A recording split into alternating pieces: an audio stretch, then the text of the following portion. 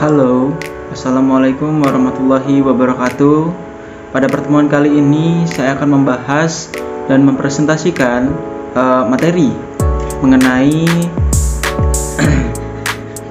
focus group discussion. Sebelumnya perkenalkan, nama saya Erwin Danis Setiawan dari program studi manajemen dengan NPM 23411207 dari kelas MNJ 23D dari Universitas Teknokrat Indonesia Fakultas Ekonomi dan Bisnis.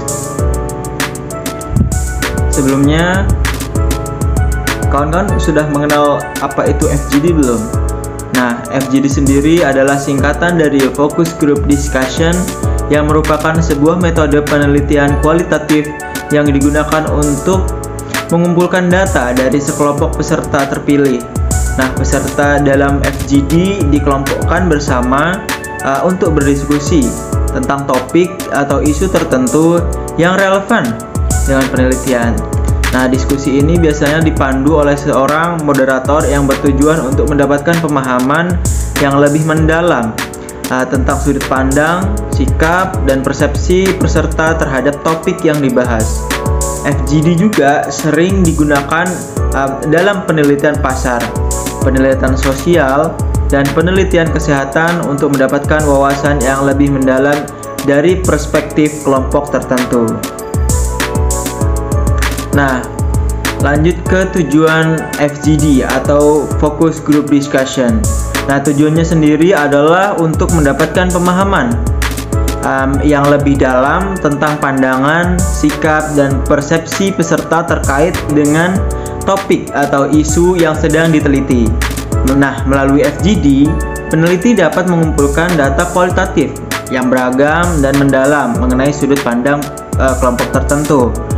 Nah, diskusi ini membantu mengidentifikasi pola pikir, preferensi, dan pemahaman bersama dalam konteks yang terfokus. Dengan demikian, FGD dapat digunakan untuk menginformasikan pengembangan produk, kebijakan, atau produk program yang lebih tepat dan baik sesuai dengan kebutuhan dan preferensi kelompok target. Nah, apa saja sih syarat-syarat dalam melakukan FGD? Yang pertama ada memerlukan moderator, yaitu pastilah ya, karena di setiap pembicaraan atau sebuah apapun itu memerlukan sebuah moderator. Yang kedua, memerlukan satu pencatat proses atau yang disebut dengan notulen.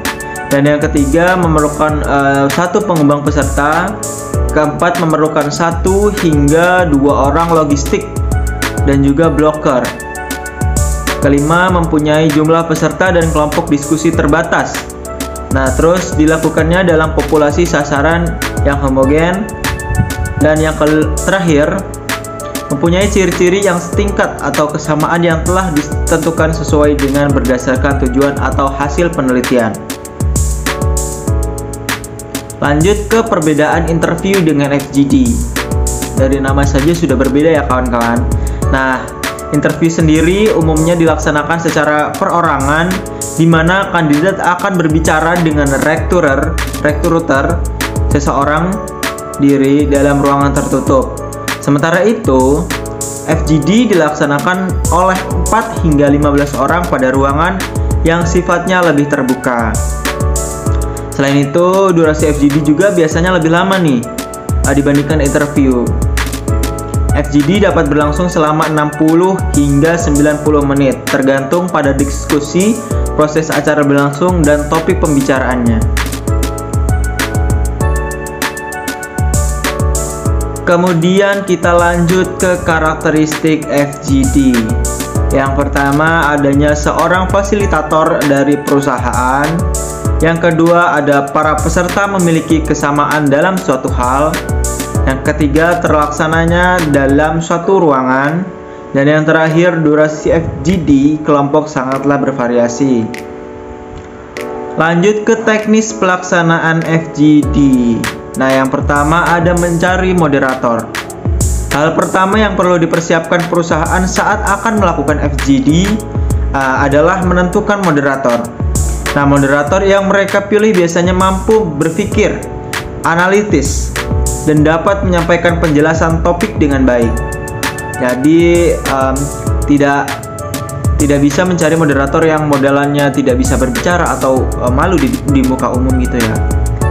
Yang kedua, ada mempersiapkan grup dan rencana pelaksanaan. Nah, untuk mempersiapkan grup dan rencana terstruktur terkait kegiatan selama acara berlangsung, grup ini bisa berupa seperti panitia pelaksanaan atau peserta FGD secara umum. Tim bisa diisi oleh beberapa orang yang akan berperan sebagai pencatat waktu, notulen, penata teknis, dan mereka yang bertugas mendokumentasikan FGD. Setelah grup terbentuk, pihak panitia harus menyediakan rencana pelaksanaan dan pembagian tugas di dalam menyediakan masing-masing tim. Perencanaan ini dapat dibentuk layaknya alur acara secara utuh, dari arus masuknya peserta, estimasi durasi FGD yang biasanya berlangsung, dan pembagian ruang. Selanjutnya ada pemaparan topik dan pertanyaan terbuka.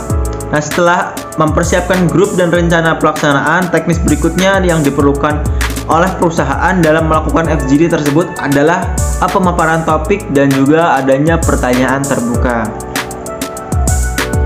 Yang selanjutnya ada mencatat dan meringkas topik. Teknis untuk mencatat dan meringkas pembahasan topik, tugas untuk mencatat dan meringkas dapat dilakukan secara efektif oleh orang lain, seperti pihak pelaksana selain moderator di ruangan ya. Nah, langkah yang paling tepat untuk melakukan hal ini adalah dengan alat rekam oleh moderator yang nanti akan diproses lebih lanjut oleh anggota tim yang bertugas sebagai notulen. Selanjutnya dan yang terakhir ada mengolah data dan membentuk kesimpulan.